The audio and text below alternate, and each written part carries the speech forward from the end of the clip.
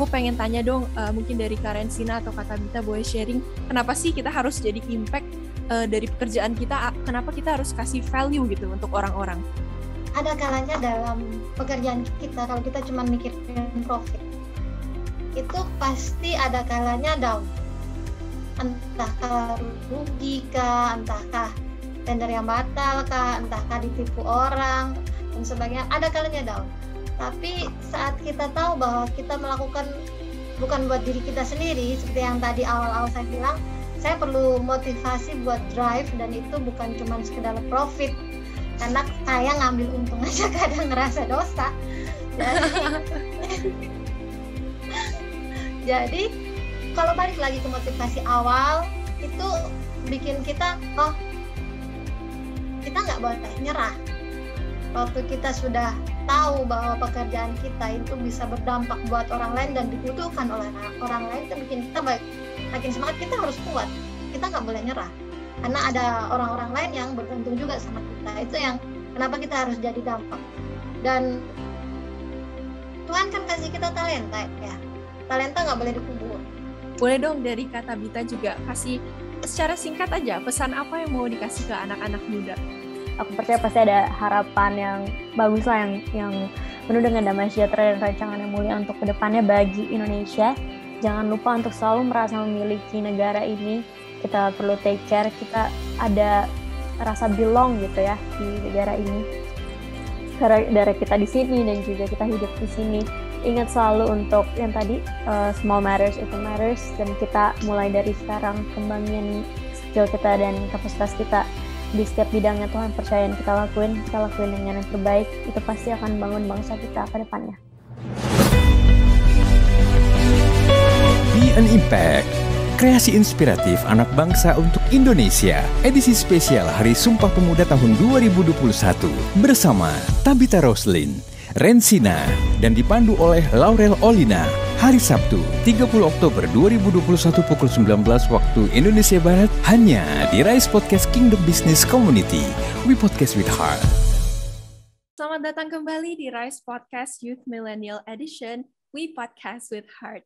Hari ini ada sesuatu yang baru nih. It's my first time here in Rise Podcast. But anyway, I'm so excited untuk bisa dapetin insight-insight baru bareng teman-teman pendengar semua nih. Nah, buat yang belum kenal, nama aku Laurel Olina. I'm also an enthusiast in entrepreneurship. Dan aku juga punya interest yang cukup dalam untuk jadi generasi anak muda yang bisa berdampak bagi Indonesia. Nah, ngomong-ngomong tentang youngsters di Indonesia nih, nyambung sama tema Sumpah Pemuda kita hari ini. Hari ini Rise Podcast kedatangan 2 tamu spesial yang tentunya berjiwa muda dan juga punya kerinduan untuk bisa sama-sama jadi impact bagi bangsa ya. Asik banget ya, dengernya aja udah wow gitu. Gimana sih jadi entrepreneur atau profesional yang sekaligus bisa jadi impact di zaman kita sekarang? Nah, di sini udah ada Kak Tabita Roselin dan juga Kak Rensina. Hi, nice to meet you guys. Hai Kak Tabita dan juga hai Kak Rensina. Halo, apa kabarnya nih? Semoga baik-baik aja ya kabarnya. Nah, baik. Amin, puji Tuhan ya. First thing first, aku mau ke Kak Tabita dulu deh. Nah, kalau teman-teman search Google atau di Instagram atau in any platform you can possibly find ya, Kak Tabita ini pernah menjadi finalis Indonesian Idol Angkatan X ya? Tahun 2020 ya, Kak Tabita? Yes, betul. Indonesian Idol X 2020. I see, keren banget nih ya guys. Nah, pengen denger dong, awal-awal jadi musisi itu gimana sih ceritanya? Oke, awalnya sebenarnya cuma jadi hobi ya, sampai umur 17 akhirnya memutuskan ini oke nih jadi karir. Kan 17 kan udah SMA ya, terus kayak menentukan kuliahnya mau apa gitu. Terus akhirnya mikir aku sebenarnya excited sama psikologi, aku suka theology sama music. I see. Ended up di musik gitu kan. Sebenarnya udah mulai nyanyi dari SMP ya. Cuma dari SD kelas 6 akhir lah mau ke SMP, cuma itu nyanyinya hanya untuk hobi dan masih sedikit orang yang tahu gitu aku bisa nyanyi, karena I used to be a very quiet person yang interesting. A very shy person ya. I see. Tapi along the way lama-lama jadi ada karakter development dan juga secara vokal juga ada development juga, dan sempat terjun dari waktu SMA tuh udah mulai terjun ke industri musik, jadi udah ngerasain ternyata hobi yang dibayar itu asik juga kayak gitu. Akhirnya since dari SMA itu, dari umur 16 tuh 17 aku udah mulai sekolah sambil kerja nyanyi gitu. Wow, Jadi keren banget sih.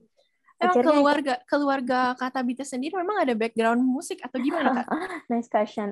Sebenarnya opah aku jadi opah dari mama. Opahku dari mama dia itu sebenarnya choir di gereja gitu. Tapi kayaknya Oh, selain other than that nggak terlalu ada keturunan musik banget kali ya. Gitu. aku juga denger nih Kak Tabita juga main cello ya. Ya, Aku penasaran nih, kenapa harus cello? Of all instruments, kenapa pilihnya cello nih, Kak?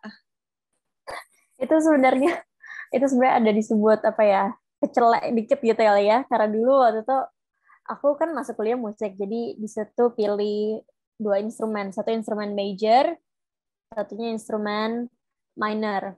Major aku vokal, akhirnya minor. In my mind aku tuh mikirnya tuh kontrabas, sekarang aku udah tahu itu kontrabas ternyata namanya. Tapi pada saat itu at that time aku nggak tahu kalau itu namanya kontrabas, yang gini-gini loh, yang ditetik dan mainnya diri atau bisa juga digesek. Ternyata itu namanya kontrabas. Cuma grateful aku ambil cello karena kontrabas is too big kayaknya untuk badanku juga, dan cello Iya, juga bisa I see. memenuhi ekspektasiku lah, dia bisa jadi accompaniment untuk suaraku karena kan kalau violin menurut aku suaranya terlalu tinggi ya, dia bisa sama kayak suara vokal karena sama-sama di treble clef. Cuma kalau cello menurut aku oke banget jadi accompaniment, dia bisa mainin bass notes-nya, bass lines-nya, kayak menggantikan kontrabas sendiri atau menggantikan bass, electric bass gitu ya, karena bisa jadi accompaniment suaraku yang mezzo soprano. Dan menurut aku timbrenya dua-dua sama melankolis gitu. Kalau denger suara cello tuh sendu, melankolis, sweet gitu. Mantap deh. Dan Mantap. aku ngerasa oh accompanied well gitu, well accompaniment gitu untuk suaraku yang aku ngerasa tipenya tuh yang ya lembut, terus juga ada melankolisnya, sendunya, ada sweetnya juga. Jadi menurut aku mereka balance gitu, cocok cello Iya, untuk ngiringin aku. betul, betul. Jadi suatu keunikan juga ya. Kita jadi eh, ada talenta dari Indonesia, nih, dari Kak Tabita yang bisa dikenal ke seluruh dunia bahwa kita bisa nyanyi juga main sama si cello itu. Keren juga. Nah, dengar tadi Kak Tabita ngomong ya tentang perjalanannya sampai ke detik ini, berarti sangat menekuni apa yang menjadi gift yang Tuhan memberikan talenta apa, dan Kak Tabita sendiri tidak berhenti untuk selalu menekuninya ya. Nah, menarik sekali nih guys. Sebelum mau lanjut nih ya dengan Kak Tabita, aku mau tanya-tanya juga dong ke Kak Rensina. Nah, masih sama di bidang seni juga. Di sini ada Kak Rensina nih, seorang pengusaha kain tenun NTT dari Galeri Alekot ya. Boleh cerita dong Kak, gimana sih awal ceritanya bisa menjadi pengusaha kain tenun? Apa yang jadi inspirasi nih buat Kak Rensina untuk memulai usaha kain tenun? Nah, oke, kalau Rel, saya bukan dari keluarga pengusaha, jadi sebenarnya nggak kepikiran untuk langsung jadi pengusaha kain tenun atau apapun itu. Cuman kita kan, saya orang Jawa, kemudian dari NGO penempatan di Timor, dan dari situ kita pendampingan dengan penenun, dan kita kenal dengan kain tenun. Nah, saya sangat menyukai kain tenun mereka, sangat suka dengan tenun tradisionalnya mereka. Nah, ketika saya resign, tapi kemudian tinggal di Timor, itu saya koleksi banyak tuh kain-kain tenunnya Timor. Dan mulai dari situ berpikir, pekerjaan apa yang bisa bikin saya tetap dekat dengan ini kain-kain tenun, tapi sesuai dengan keinginan saya untuk melayani. Jadi, waktu kita di NGO, kita banyak pelatihan dengan penenun, tetapi tidak menjamin pemasarannya mereka. Lebih ke pelatihan peningkatan kualitas. Jadi saya pikir ada celah di mana saya bisa secara pribadi masuk di bagian pemasaran. Nah, di situ tuh mulai, saya nggak tahu caranya gimana. Saya nggak tahu mulainya bagaimana. Aku doain tuh tiap hari, tapi selain berdoa, kita kan juga bekerja. Walaupun saya nggak tahu gimana caranya Tuhan untuk pakai saya lewat mana, saya nggak spesifik mau jadi seperti apa, cuman bilang di bidang kain tenun. Jadi, mulailah saya dari foto-foto kain-kain yang saya punya. Saya promosi kain-kain tenun. Saya nggak bilang saya jual kain tenun, enggak. Saya promosi kain-kain tenun yang saya punya. Saya tunjukin artinya apa, motifnya bagaimana, kehidupan penenunnya bagaimana. Sampai sekitar sebulan promosi itu ada yang tiba-tiba order. Nah, dari situ belum mikir, ternyata bisa. Mungkin bisa juga kali ya jualan. Karena saya bukan dari keluarga pengusaha, bukan nggak ada dalam keluarga saya, orang tua saya atau saudara saya yang jualan. Saya nggak punya ide bagaimana caranya. Dan saya nggak punya, kalau kita mau ngambil untung aja kita kadang ngerasa bersalah. Karena kita tahu modalnya berapa, mau jualnya berapa, wajar nggak sih? Nah, itu saya perlu sesuatu untuk drive. Nah, karena saya jualan tenun dan di belakang saya ada penenun yang mereka juga butuh makan, kita mesti bisa kasih, usaha kita harus jalan untuk bisa tetap ngasih mereka orderan. Nah, disitulah drive buat saya. Oh, kalau saya rugi, saya nggak bisa ngasih mereka dong. Kalau misalnya usaha saya gagal, saya nggak bisa terus jalan sama mereka. Itu yang jadi drive saya sampai sekarang untuk jualan kain tenun ini. Untuk mau jadi seperti apa, belum punya bayangan besarnya seperti apa sih. Cuman kita lihat aja sambil jalan akan seperti apa. Keren banget sih. Jadi ini munculnya dari kecintaan kepada kain tenun. Dari situ Kak Rensina berarti cari peluang ya gimana caranya untuk bisa berjualan kain tenun ini ya. Meskipun nggak ada background, tapi ini merupakan example yang benar-benar keren nih teman-teman. Karena meskipun nggak ada background, tapi itu tidak stop kita untuk terus mencari peluang dan akhirnya sampai sekarang bisa sukses juga ya Kak Rensina ya. Amin ya Kak Rensina. Puji Tuhan. Amin. Masih panjang. Nah, aku juga pengen tanya nih Kak Rensina, kalau di Alekot sendiri yang mendesain dan produksi kain tenunnya itu siapa ya Kak? Alekot itu kan jual tenun tradisional Timur. Sebelum saya ada, tenunan itu udah ada. Sebelum penjual itu ada, sebelum ada di media sosial, tenun-tenunan itu udah ada dari zamannya nenek moyang. Dan setiap motifnya diturunkan, turun-temurun, diwariskan. Motif seperti ini dipakai oleh keluarga ini, ada artinya juga, ada maksudnya, dan ada simbol-simbol adat di situ. Jadi ini bagian dari budaya Timur ya. Kalau bilang siapa yang desain ya, nenek moyang yang desain. Jadi kita teruskan. Memang ada ini modifikasi sesuai dengan keinginan customer sekarang ya, keinginan pasar memang ada. Tapi sebagian besar ya itu adalah motif dari budaya turun-temurun sih Kak. I see. Aku penasaran nih Kak, apa nilai dari kain tenun yang otentik banget yang kalau orang lihat keunikannya ini tuh kain tenun loh, ini tuh Indonesia banget nih. Kalau kain tenun, yang namanya produk handmade ya, nggak cuma kain tenun. Pertama, nggak ada yang sama persis. Tiap kainnya itu pasti beda. Tiap lembarnya itu beda. Karena itu kalau misalnya kita mau jualan, yang mana yang mau dikirim, itu barangnya yang kita foto. Walaupun motifnya mirip, benangnya boleh sama, tapi nggak ada yang sama persis. Penenunnya sama, sepasang tangan yang sama yang ngerjainnya, tetap nggak akan sama persis. Main warnanya dan sebagainya, tetap akan beda. Jadi setiap lembar itu unik.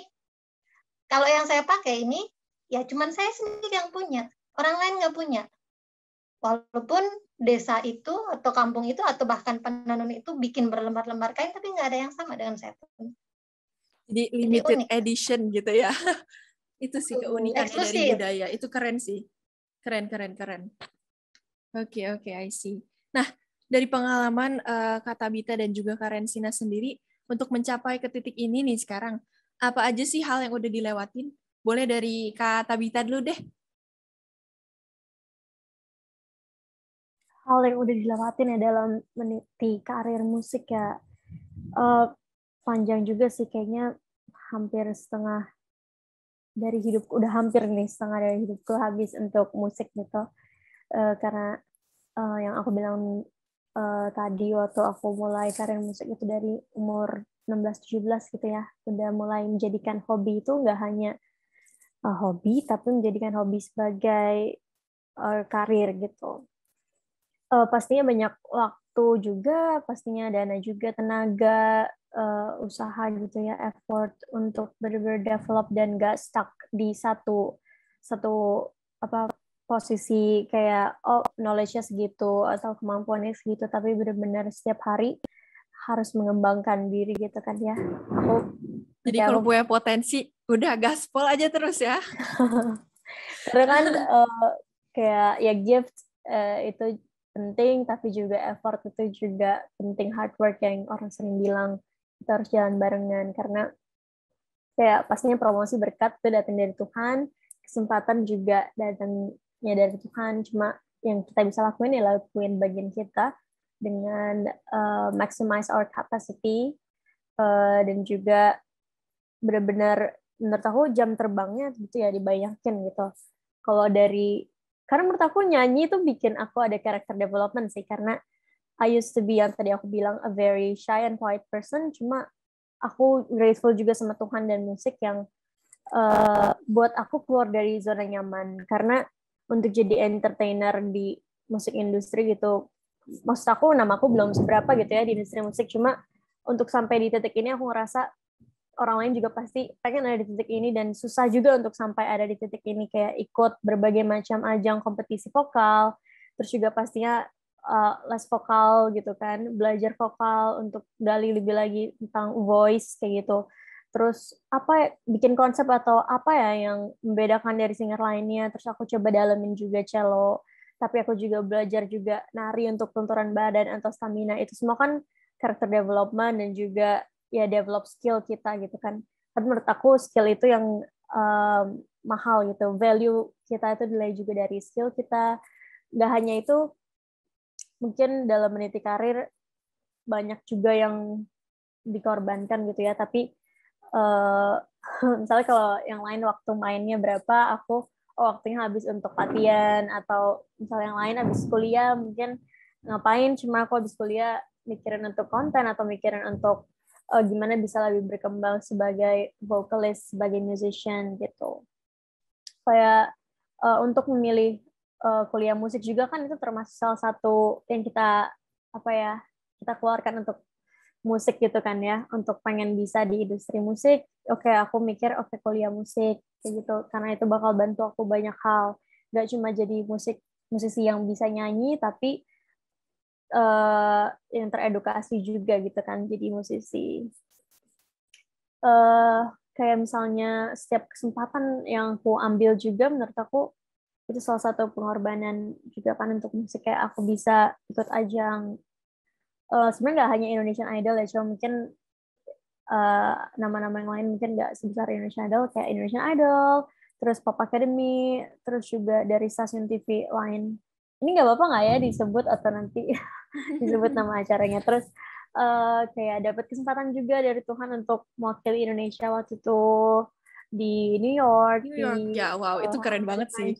Wow, itu keren banget, anugerah Kak. sih, dan kesempatan kayak among semua singer yang masih muda, cantik, dan suara keren banget, tapi bisa Tuhan pilih aku untuk wakilin Indonesia di sana, itu juga salah satu pengalaman dan kesempatan yang luar biasa gitu. Jadi menurut aku musik itu bikin aku keluar dari comfort zone aku yang tadinya nyanyi hanya untuk diri sendiri, atau enggak, aku orangnya introvert dan diam, dan cara isi energi itu ya dengan sendiri. Cuma karena aku kerja di industri, mau nggak mau aku harus bisa untuk beradaptasi sama lingkungan, untuk bisa bangun suasana, untuk bisa ngobrol gitu. Dan itu pun aku masih belajar sampai sekarang. Jadi menurut aku kalau aku sendiri, musik itu jadi karakter development aku. Sih, keren banget sih. Yang aku suka tadi Kak Tabita sempat mention, Kak Tabita pengen jadi musisi, nggak cuma musisi doang, tapi pengen menjadi musisi yang teredukasi juga. Nah, untuk mencapai di titik ini memang penting ya, nggak cuma gift doang, tapi penting hard work. Saya setuju sih dalam hal ini. Coba kalau dari sisi Kak Rensina, boleh dong cerita sampai detik ini, apa aja hal-hal yang udah dilewatin oleh Kak Rensina?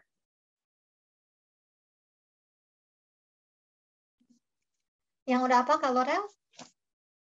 Hal-hal yang udah dilewatin oleh Kak Rensina, mungkin hal-hal yang sulitnya atau hal-hal yang pencapaiannya untuk sampai ke titik ini tuh seberapa jauh sih? Apa aja yang sudah dikorbankan dan sebagainya gitu, Kak? dikorbankan. Tantangannya pas awal merintis ya, disepelein tuh pasti kebanyakan ya yang namanya orang usaha. Terutama yang tadi saya sudah sebut, saya bukan orang Timor. Sementara ini adalah produk khas Timor, produk budayanya Timor. Baik oleh penenun, baik oleh mungkin kadang orang yang penjual-penjual besar, termasuk juga bahkan pembeli, kadang kita diremehin karena ya saya bukan orang Timur, mana saya tahu tentang budaya Timur. Itu hal yang wajar dan itu jadi cambuk buat saya mesti ngerti ini barang lebih daripada orang-orang lain. Saya harus bisa menceritakan tentang barang ini supaya lebih banyak orang yang tahu gitu. Kalau saat ini ya, mungkin pas awal-awal, sekarang sudah agak lebih baik promosi tentang kain Timor di dalam Timor sendiri sudah lebih baik. Kalau dulu itu bahkan orang-orang yang datang, sekalipun orang Timor asli, nggak ngerti nih bedanya kain-kain daerah mereka sendiri yang bikin saya kadang, ih sayang banget loh, ini barang ini sangat berharga dan orang-orang luar saja begitu suka, tapi kamu nggak mau ngerti, nganggapnya ini adalah produk-produk dari kampung, nggak modern dan sebagainya, sayang banget loh. Nah itu tuh yang bikin saya pengen menceritakan tentang kain-kain Timor dan produk-produk budaya lain dengan cara yang orang gampang mengerti. Tanpa harus ini acara-acara resmi dan sebagainya. Itu yang di media sosial sering saya ceritakan ya. Nah, itu juga tantangan. Terus yang berikutnya untuk pemasaran, di sini persaingan lebih ke orang penting dapat murah, jual murah, kemudian cuman karena prinsip saya juga pengen menyejahterakan penenun, jadi saya punya target harganya harus sekian, penenunnya harus terima sekian. Itu juga kendala gimana kita mau menghadapi kompetitor yang mau banting-banting harga. Gimana cara kita memberikan value lebih, service lebih terhadap customer kita, sehingga mereka tetap beli di kita bukan karena harganya yang paling murah. Nah, ini juga saya terus belajar, dan prinsip saya ada lihat banyak-banyak orang, bahkan bukan orang Timor, yang bisa mengerjakan di bisnis ini, bisa survive, bisa kasih harga yang masuk akal, dan customer-nya tetap banyak. Dan prinsip saya adalah kalau mereka bisa, kenapa saya nggak bisa? Saya tinggal cari gimana caranya untuk saya bisa mencapai di posisi itu. Itu sih kalau Rea. Wow, keren banget sih ya. Nah, sebenarnya orang-orang berbakat itu banyak banget. Seperti tadi Karensina juga udah mention ya, tentang banyaknya tantangan yang di face juga. Perlu banyak sekali effort. Kata tadi Kak Tabita juga butuh mentality dan juga skill yang kuat gitu. Nah, kita di sini tuh harus oportunis juga. Tadi kita udah denger ya dari Kak Tabita dan juga Karensina, gimana setiap chance yang ada itu kita harus ambil dan juga terus belajar dan supaya kita bisa jadi yang terbaik gitu. Nah, kadang-kadang itu kita suka banyak ide, tapi minim eksekusinya nih. Nah, ini Kak Tabita dan juga Karensina juga adalah contoh gimana teman-teman itu harus mau tetap belajar, ide yang ada, ayo kita eksekusiin. Kayak tadi Karensina juga, mulai dari kecintaannya dengan kain tenun, langsung dieksekusi, dan sekarang bisa menjadi kain tenun yang sukses juga ya penjualannya. Oke, Riser dan podcast listener, sebelum kita lanjut ke segmen berikutnya nih, kita mau simak dulu ya, ada video persembahan dari Kak Tabita dan juga ada video profil dari Karensina.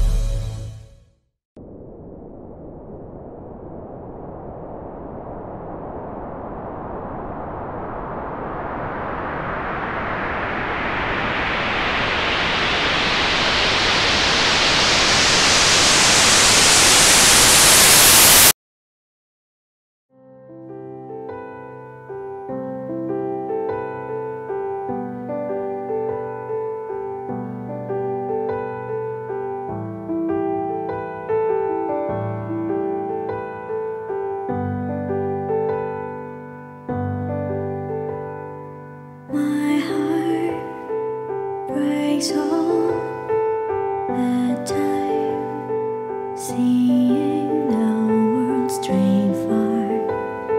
But then I think if I ever breaks yours,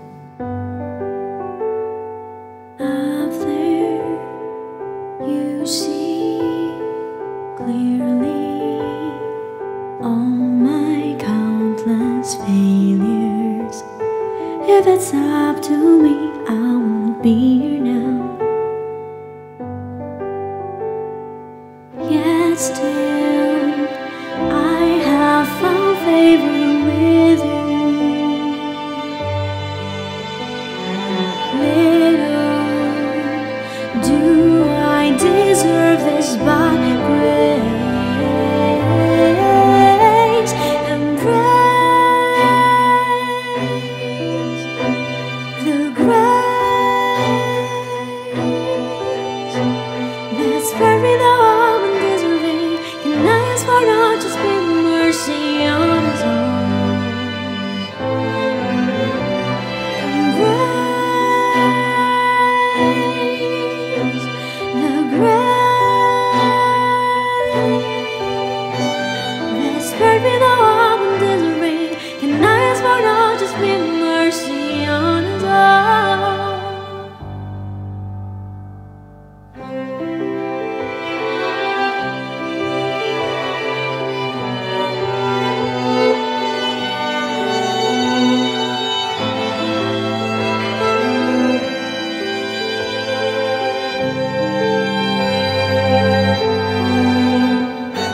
Yet still, I have found favor with you. Little do I deserve this, but grace and praise, the grace that spared me though I wouldn't deserve. Can I ask for not just me mercy on His own? And grace, the grace that spared me though I wouldn't deserve. Can I ask for not just me mercy on His own? And praise, the grace that spared me, though I'm not deserving.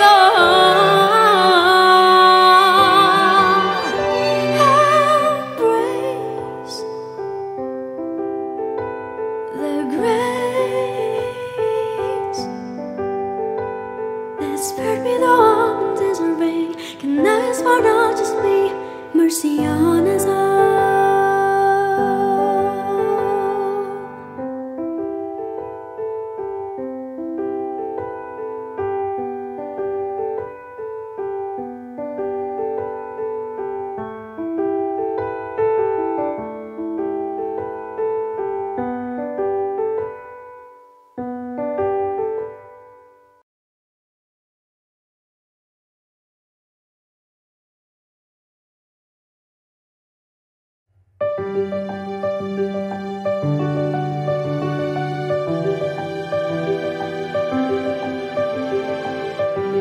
Keindahan dan kreasi inspiratif kain tenun Timor, Nusa Tenggara Timur ada di sini.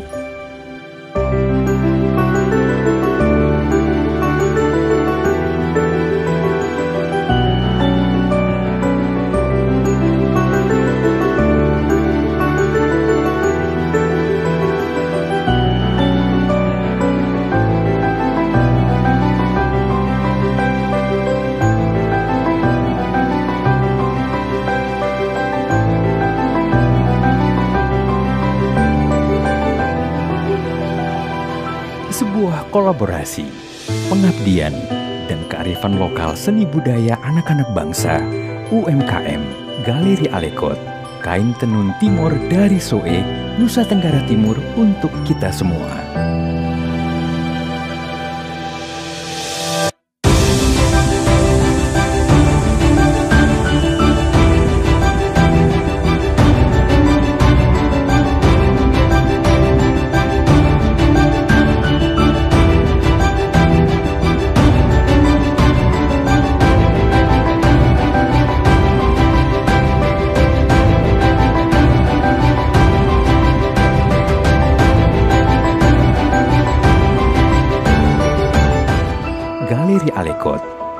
kreasi inspiratif untuk Indonesia.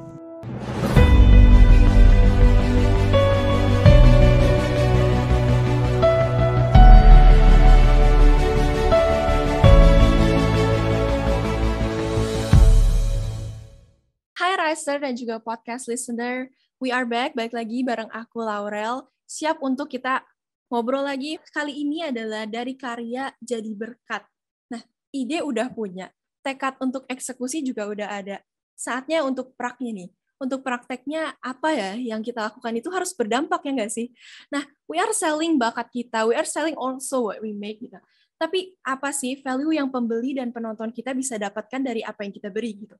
Nah, menurut Kak Rensina atau Kak Tabita nih, seberapa pentingnya sih value yang kita bisa berikan dari pekerjaan kita? Mungkin boleh dari Kak Tabita dulu ya. Boleh cerita sedikit tentang apa sih value yang kita bisa kasih untuk listeners-nya Kak Tabita gitu. Oke, aku percaya value tiap orang beda-beda ya, dan pasti kita juga punya goals, visi misi pribadi gitu ya untuk kedepannya. Cuma kalau aku pastinya ini juga yang aku pelajari dari salah satu pastor aku juga, apalagi ini untuk anak muda juga ya untuk tadi punya visi misi goals tersendiri dalam apapun yang kita kerjakan, dan juga yang kedua tunjukin integritas kita dalam hal apapun gitu ya, jadi depan siapa, dengan siapa kita berhadapan, kita benar-benar nunjukin value kita tuh punya orang yang punya integritas, dan integritas itu berhubungan dengan kejujuran dan juga kesetiaan, setia dalam perkara kecil. Terus juga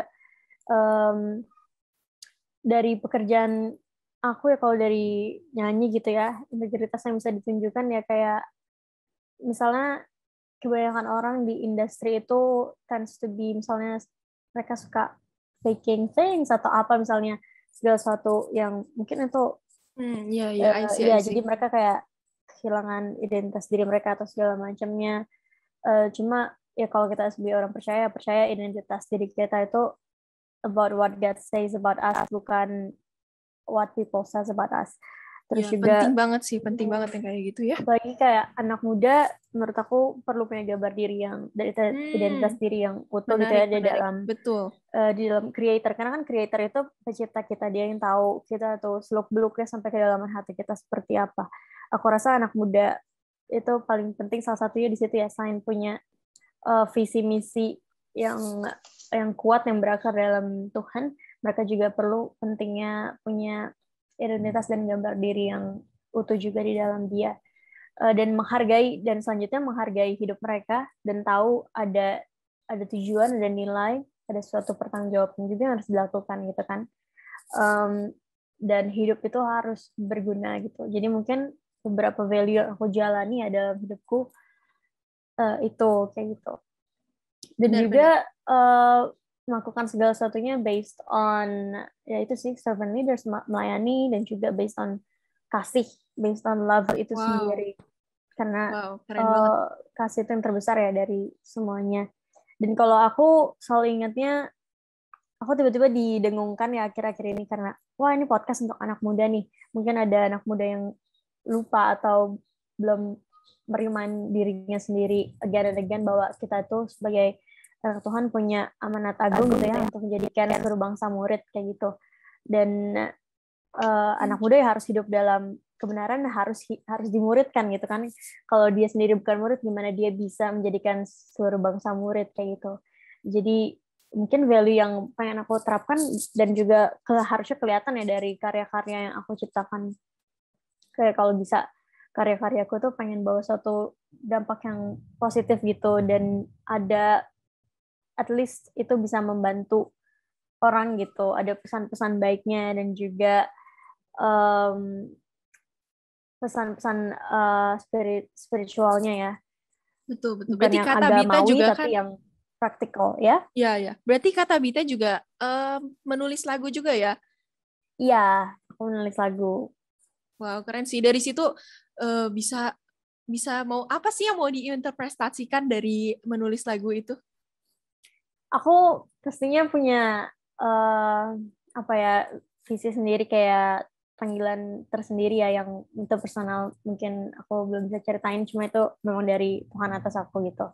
Nah, jadi aku pengen ngembangin skill ini, yaitu di nyanyi dan juga di nulis musik, karena message itu bisa tersebar gitu kan lewat lagu gitu kan, lagu punya pesan, lagu bisa orang nyanyikan, dengungkan terus gitu, dan bisa apa ya, jatuh ke hati manusia gitu, karena kan musik asik. itu musik itu ada kata-kata, cuma jadi ada pikiran dan perasaan Iya, itu kerja iya, bareng-bareng. Itu kenapa betul. kerennya musik itu, karena Setuju. Meaning-nya tuh bisa jauh ya. ya. Meaning-nya tuh Terus bisa juga jauh. kalau dibilang musik itu universal language, ya aku percaya, karena transcends into human heart nggak sih, karena masuk Betul ke banget. perasaan, masuk ke kata-kata juga. Bahkan kalau nggak salah, aku lupa nih siapa yang ngomong, tapi kalau dia punya anak, dia pengen anaknya tuh belajar tidak hanya filosofi tapi juga musik dan juga hitung-hitungan, karena sebenarnya musik itu uh, melampaui rasio dan juga perasaan. Jadi dua-duanya nyambung, mind and heart itu jalan barengan. Nah, kenapa aku juga mikir kayak, wah iya ya, Tuhan kasih gift di sini, oke, aku akan buat musik, lagu-lagu yang menceritakan kasihnya, atau setiap pesan apapun yang bisa bikin anak muda, bahkan seluruh orang tuh sadar bahwa ada Tuhan, ada kasih itu, dan ayo mendekat ke kasih itu, kayak gitu. Wow, keren juga nih. Barusan kan diputar nih lagu Embrace. Dari lagu Embrace ini tuh Kak Tabita pengen menyampaikan pesan apa sih dari lagu ini? Oke, jadi Embrace itu adalah lagu yang aku ciptakan berdasarkan dari mimpi yang Tuhan kasih waktu 31 Januari ya, waktu itu tahun 2019, jadi zaman sebelum corona ini melanda gitu ya. Tapi di mimpi aku itu kayak banyak sekali orang-orang mati gitu, karena di mimpi aku tuh karena ada kayak tembakan gitu, tapi bukan kayak tembakan yang kita atau senjata yang kita lihat gitu ya. Itu tuh kayak seperti electrified gitu. Jadi orang-orang kayak mudah banget untuk mati, kayak sepersekian detik kemudian mati, dan di situ banyak mayat gitu di mimpi aku.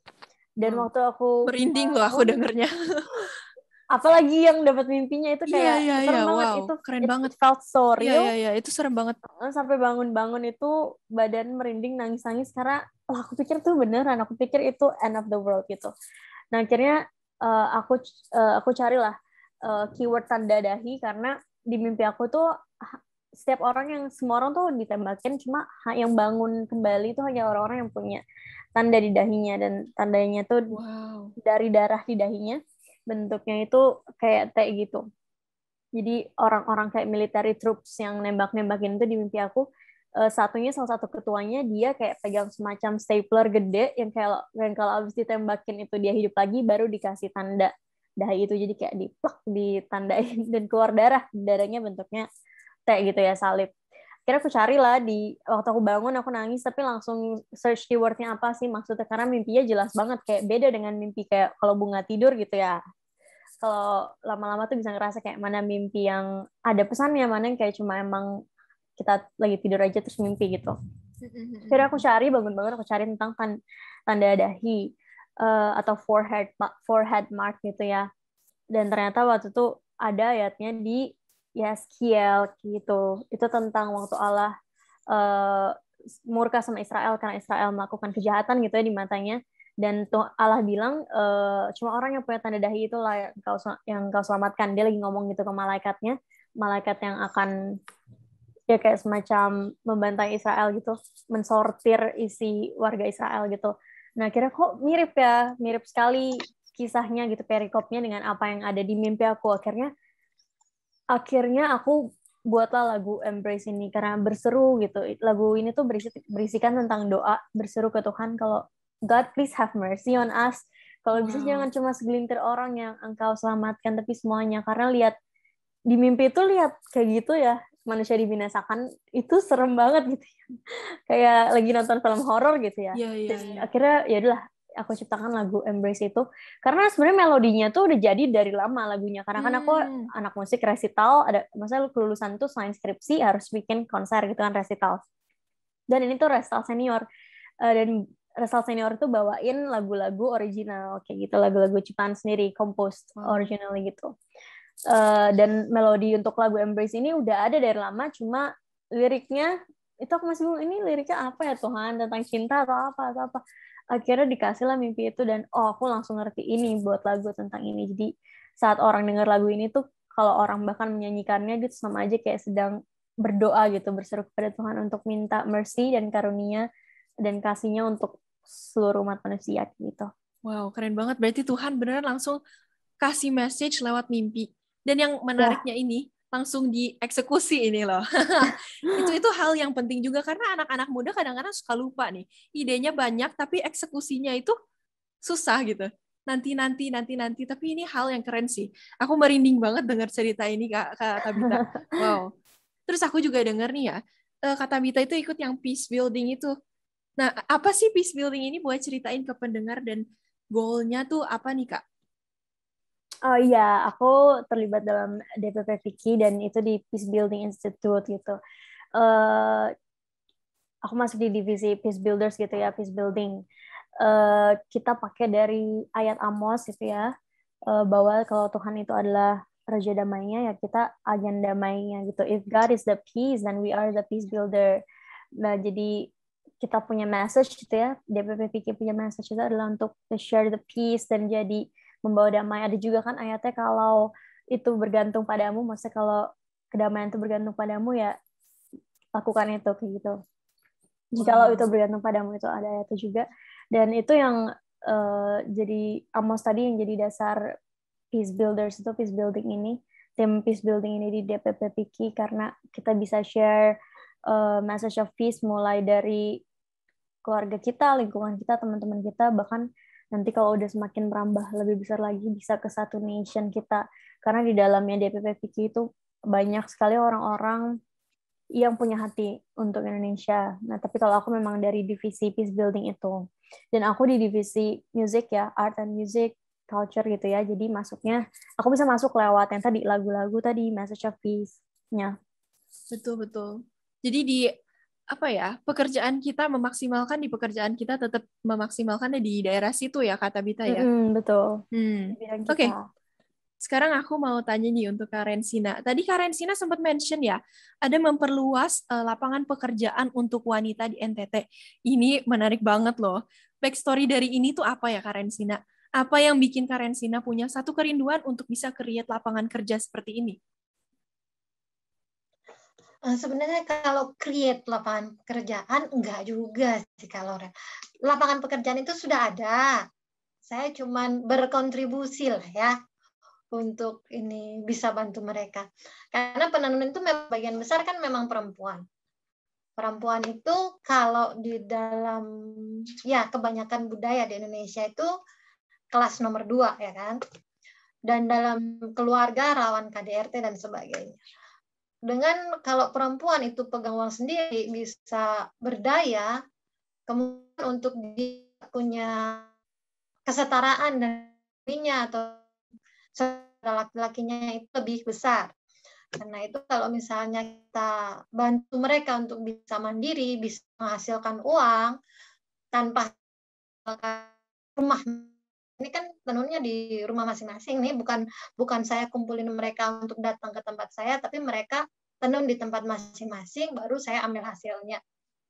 Nah, itu saya harapkan bisa mengurangi dampak-dampak yang karena ada diskriminasi terhadap perempuan, termasuk KDRT dan sebagainya. Kadang saya tanyakan sama orang, kalau misalnya mama tenun begini, mama juga dapat uang di kampung tanpa harus kasih tinggal rumah. Terus laki-laki kerja apa? Laki-laki bagaimana? Sekarang bapak bagaimana? Kalau misalnya laki-laki yang pegang uang, bisa dipakai untuk hal-hal lain, bisa dipakai untuk ya kalau mereka setia, mereka untuk pakai hal yang memang juga ada.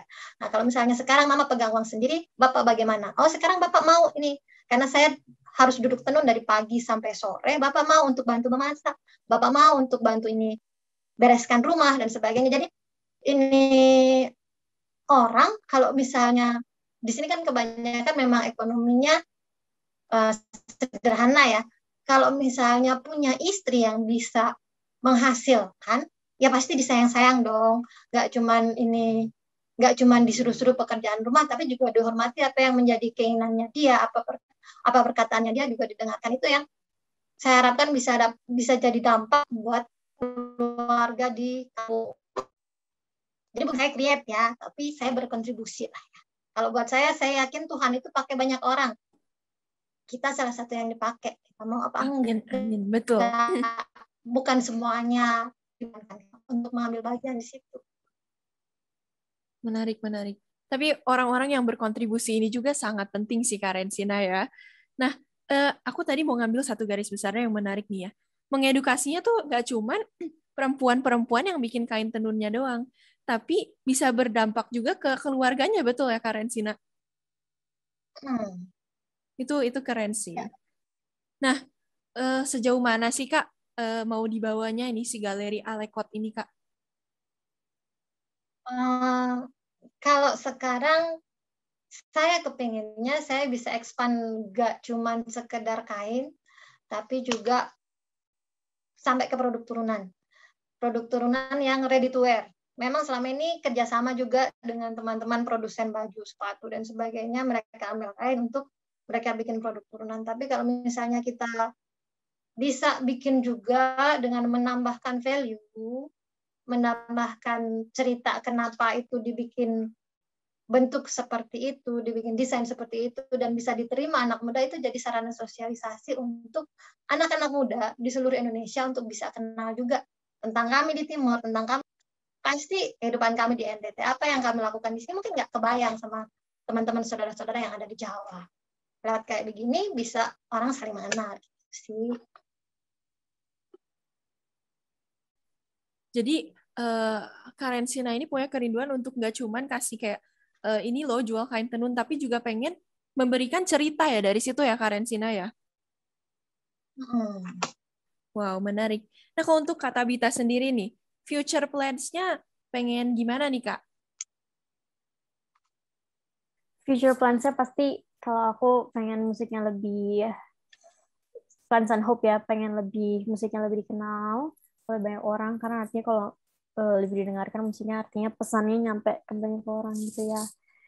Karena aku plans-nya ke depan yang emang pengen bikin album untuk healing the soul gitu ya. Dan juga kayak music itu bisa jadi terapi kan, dan aku pengen lebih ke ranah sana juga kayak gitu, dan ciptakan lagu-lagu yang bikin damai hati dan yang emang secara kayak bisa bikin brainwave dan segala macam lebih baik gitu, karena kan emang ada ya jurusan musik terapi, cuma sering sekali kemarin aku nggak ambil itu, cuma aku emang tertarik banget untuk lebih masuk ke ranah itu sih. Jadi musik dan psikologi jadi satu, dan juga tetap jalani visi misi personal aku sebagai murid Kristus juga, dan visi misi aku di musik gitu. Kedepannya plan aku kayak gitu, dan bikin konten-konten, karena kan sekarang udah shifting ya ke digital. Jadi harusnya untuk bikin segala sesuatu kita bisa pakai platform sendiri gitu, nggak harus untuk tampil di TV untuk orang dengar kayak gitu, tapi kita bisa gunakan social media kita kayak ya such as Instagram, YouTube, SoundCloud, semuanya untuk branding diri kita, untuk post konten-konten yang sesuai sama visi misi kita kayak gitu. Itu plans aku ke depannya. Jadi teman-teman, kita udah dengar nih ya, keduanya sama-sama berada di bidang seni, tapi menariknya ini di bidang seni aja udah bisa create impact yang menurut bidangnya masing-masing gitu.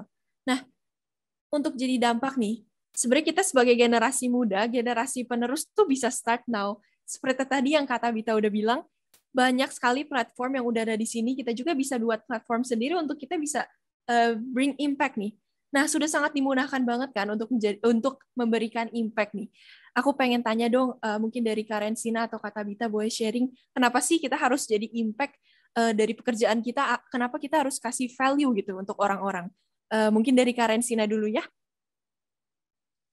Kasih value jadi impact ya. Jadi gini, ada kalanya dalam pekerjaan kita, kalau kita cuma mikirin profit, itu pasti ada kalanya down. Entahkah rugi kah, entahkah tender yang batal kah, entahkah ditipu orang, dan sebagainya, ada kalanya down. Tapi saat kita tahu bahwa kita melakukan bukan buat diri kita sendiri, seperti yang tadi awal-awal saya bilang, saya perlu motivasi buat drive, dan itu bukan cuma sekedar profit, karena saya ngambil untung aja kadang ngerasa dosa. Jadi kalau balik lagi ke motivasi awal, itu bikin kita, kita nggak boleh nyerah. Waktu kita sudah tahu bahwa pekerjaan kita itu bisa berdampak buat orang lain dan dibutuhkan oleh orang lain, itu bikin kita makin semangat. Kita harus kuat, kita nggak boleh nyerah, karena ada orang-orang lain yang bergantung juga sama kita. Itu yang kenapa kita harus jadi dampak. Dan Tuhan kan kasih kita talenta, ya. Talenta nggak boleh dikubur. Saya sendiri jualan bukan dengan ilmu yang terlalu bagaimana, keluarga saya juga bukan pengusaha, tapi dari talenta yang saya punya, dari apa yang saya bisa, apakah percakapan kah, ngomong-ngomong, bikin cerita kah, foto-foto dan sebagainya. Dari situ aja hal-hal yang kita udah punya, yang penting nggak dikubur, pasti Tuhan juga akan bantu untuk multiplikasikan itu. Dan waktu kita mau menyerahkan diri untuk Tuhan pakai, Tuhan akan perlengkapi dengan kemudahan, dengan orang-orang yang akan bantu kita. Jadi mulai aja dulu. Jangan berpikir untuk rencana yang sistematis. Kalau saya itu tergantung karakter juga, ya. Kalau saya maju duluan, nanti evaluasi. Di mana kurang, saya lengkapi. Habis itu maju lagi, baru saya evaluasi. Mau pelan-pelan atau cepat, pokoknya saya harus ada langkah maju kalau buat saya. Dan dari situ Tuhan pasti akan bantu saya. Dan setiap doa saya adalah dari pekerjaan saya itu jadi berkat bagi orang lain. Sehingga orang lain juga akan senang waktu saya akan maju, bukannya akan menjadi iri dan sebagainya, tapi orang lain juga akan senang karena saya juga bisa berdampak, bisa jadi berkat buat mereka. Wow. Benar-benar. Satu hal yang menarik nih. Mulai aja dulu. Itu menarik banget sih buat aku. Kayak, ya kita kalau diberikan talenta oleh Tuhan, kita harus berani untuk mulai, berani untuk take all the risk, dan kita harus berani untuk belajar dan terus belajar supaya kita bisa ada di posisi sekarang, ya. Kalau dari Kak Tabita sendiri, kenapa sih Kak Tabita pengen jadi impact buat banyak orang? Iya, aku ngerasa kalau kita hidup nggak berimpact, itu buat apa gitu, masih kita hidup kayak ya ada percuma, ya. Dan kadang mungkin kita mikir impact tuh yang very big impact, sebenarnya small matters itu matters kayak gitu. Paling sering dianggap orang sepele itu sebenarnya penting kayak gitu. Sebenarnya dari cara kita hidup juga kan, itu kita udah kasih impact secara naturalnya. Setiap manusia itu bakal ngasih sebuah impact ke orang lain. Cuma kadang ada yang impactnya mungkin negatif, ada yang impactnya positif. Tapi kayak sekecil apapun, kita ngelakuin apapun lah pergerakan dalam hidup ini, kan hidup tuh dinamis, ya. Pasti bakal ada impactnya kayak gitu. Nah, kalau kita bisa bikin impact yang positif, kenapa enggak kayak gitu? Apalagi itu juga yang Tuhan mau, untuk kita bermultiplikasi, sama seperti tadi yang Kak Ranshina bilang, untuk kita multiplikasi talenta kita. Kalau kita dipercayakan, kita jadi hambanya Tuhan yang bertanggung jawab gitu kan, untuk di bidang yang emang udah Tuhan kasih deh kayak gitu kan, kayak di skill kita, atau kita punya, kan setiap orang punya uniqueness itu, dan kita bisa start dari situ. Nah, cuma kalau tadi sering banget tadi kan kamu dengungkan kayak eksekusinya kurang kayak gitu. Mungkin kalau anak muda mungkin karena terlalu overthinking kali ya. Bener. Pengen mulai sesuatu itu jadinya stuck karena takut mikir orang ngomong apa, atau nggak mau ngambil resiko dan segala macam. Tapi mostly sebenarnya di pikiran kita tahu kita pengen ngapain, eksekusinya takut karena mungkin mikirin apa kata orang dan segala macamnya, yang sebenarnya kalau kata Bita ikutan ajang-ajang kompetisi gitu, gak semua orang berani punya mentality untuk itu loh. Yes, dan juga bahkan apalagi kalau di musik gitu ya, yang pendidikan musik itu, kayak yang kuliah musik, edukasi di musik itu, mikir tuh kayak ngapain sih ikutan kayak gitu. Orang ada yang mikir kayak gitu. Aku denger bahkan dari ada teman-teman musikku sendiri gitu yang kayak menilai, ngapain ikut ajang-ajang kayak gitu nggak sih? Maksudnya bagi mereka mungkin itu mempermalukan sarjana lulusan musik gitu ya, Kak. Tapi aku mikirnya, loh, setiap ada kayak gitu tuh kesempatan kayak gitu. Dan jangan terlalu mikir orang lain ngomong apa, atau itu kan ajang dari stasiun TV ini yang terkenalnya gini-gini. Orang terlalu banyak overthinking kayak gitu sampai mereka karena pikirannya mengelabui mereka untuk mikir kesempatan itu yang tadinya harusnya peluang tuh jadi kayak hal yang menakutkan gitu. Pas sebenarnya stop mikirin orang ngomong apa gitu aja. Bener. Teman-teman harus take notes ini. Banyak pelajaran bagus hari ini ya. Oke. Nah, tadi aku dengar hal suatu menarik ya dari kata Bita ngomong, impact itu nggak melulu harus skala yang besar. Tapi kita sebagai orang-orang di sini tuh kita bisa berkontribusi. Kita memang mungkin orang-orang kecil maksudnya, tapi kita juga bisa berkontribusi ke sekitar kita, gimana kita bisa jadi impact.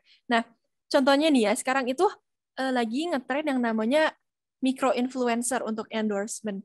Zaman dulu kan endorse itu selalu pengennya tuh ke yang followersnya banyak dan sebagainya. Nah, tapi menarik banget sekarang itu endorsement itu mulai muncul micro influencer yang followersnya cuma 1000 followers dan sebagainya. Dan ini menurut aku bisa diaplikasikan ke tentang impact tadi ini loh.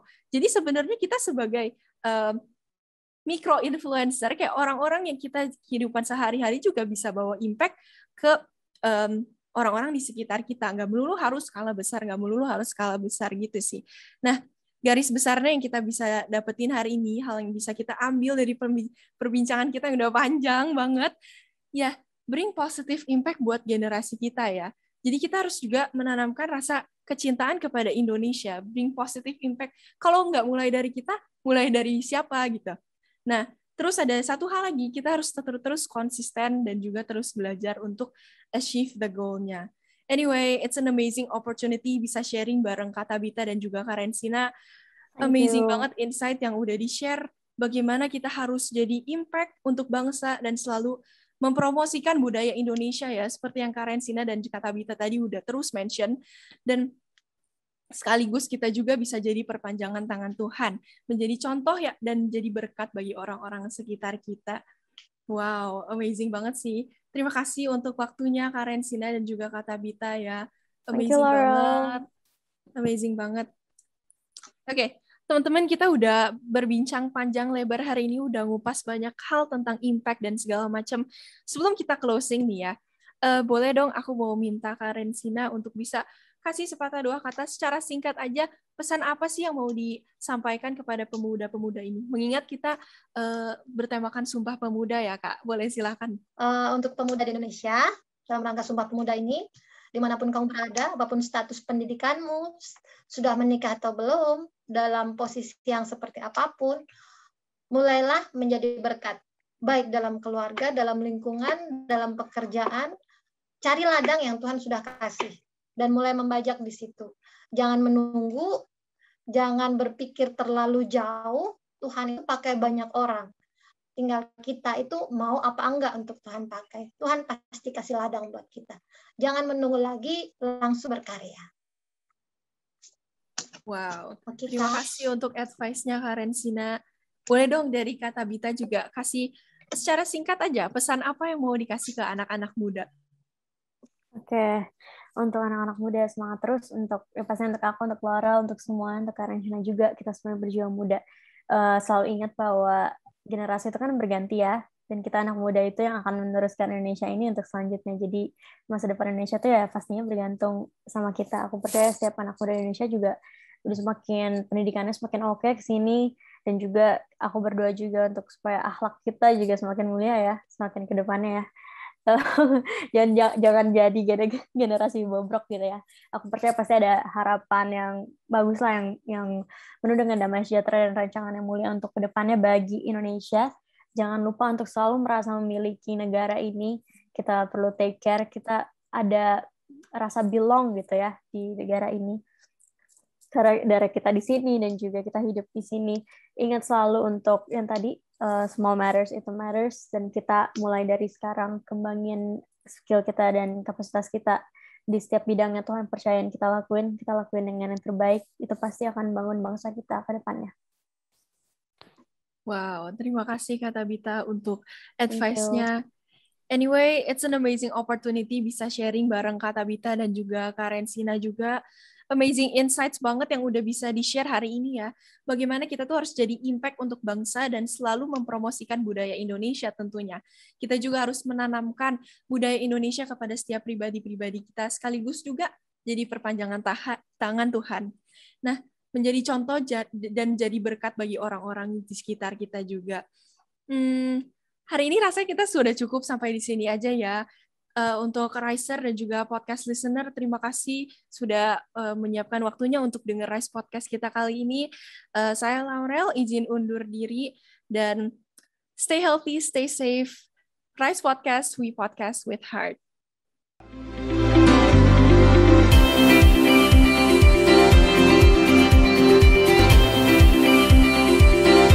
Hello Riser and Podcast listeners, terima kasih Anda telah menyimak Rise Podcast Special Edition yang dipersembahkan oleh Kingdom Business Community.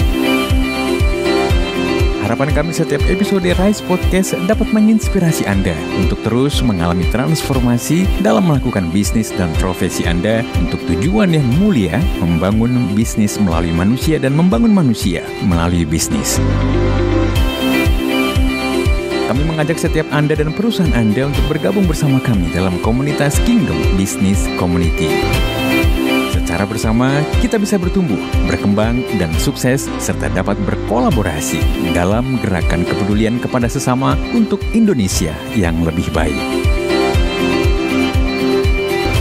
Untuk dapat bergabung, silahkan kunjungi website Kingdom Business Community di www.kbc.or.id atau hubungi Sekretariat Nasional KBC di 0817 131 257. Sekali lagi, www.kbc.or.id.